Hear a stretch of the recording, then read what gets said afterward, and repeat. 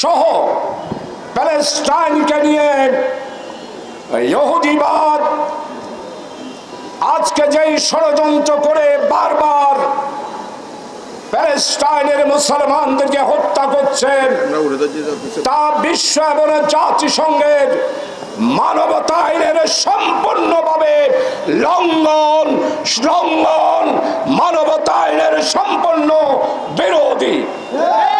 প্রিয় ভাইসব, আজকে বিশেষ করে মুসলিম দেশ, আপনারা কেন আপনাদের অবস্থান পরিষ্কার করছেন না? আমরা বিশ্বের মুসলমান ঐক্যবদ্ধ হয়ে আরব বিশ্বের মুসলিম দেশগুলোর প্রতি আহ্বান জানাচ্ছি, আপনারা অতি সত্বর প্যালেস্টাইনের ব্যাপারে, ইসরায়েলি আক্রমণের ব্যাপারে আপনাদের অবস্থান আপনারা পরিষ্কার করুন। ইসরায়েলের ইহুদিদের প্রতি আপনারা সমস্ত আরব বিশ্বগুলো যদি অবরোধ সৃষ্টি করেন, তাহলে কালকেই প্যালেস্টাইনের নারী পুরুষ হত্যার যজ্ঞ এগুলো অবশ্যই বন্ধ হয়ে যাবে। আপনারা জানেন 2023 সালের 7 অক্টোবর থেকে আজকের এই সময় পর্যন্ত 365 কিলোমিটারের এই ছোট্ট গাজায় প্রায় 90,000 টন বোমা নিক্ষেপ করা হয়েছে।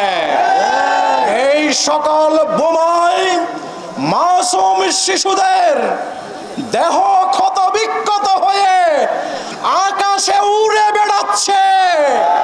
বিশ্ব বিবেক আজকে নীরব।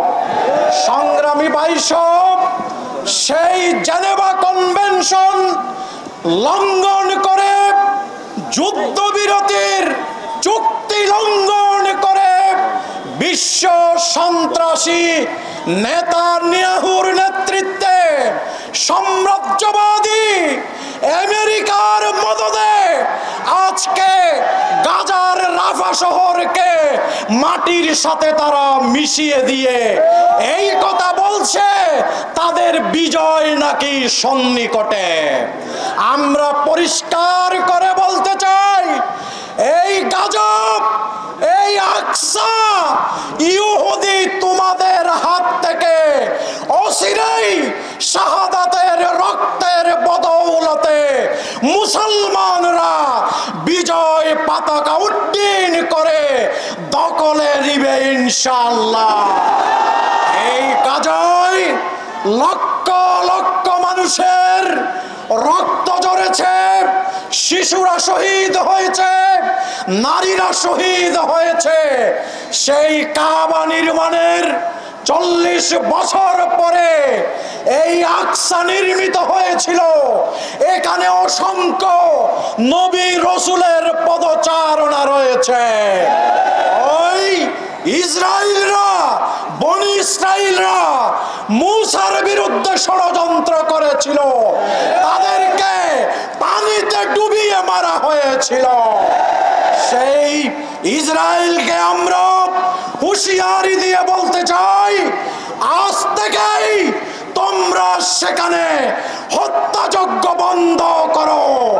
তা যদি না করো, দুনিয়ার মানচিত্র থেকে ইসরায়েল নামক এই অবৈধ রাষ্ট্রের অস্তিত্ব মুছে ফেলা হবে ইনশাআল্লাহ। বান্ডেল থাকলে প্রতি সেনমানিতে টাকা বাঁচবে। বিকাশ সেনমানি বান্ডেল কিনে জিতুন প্রতি লেনদেনে।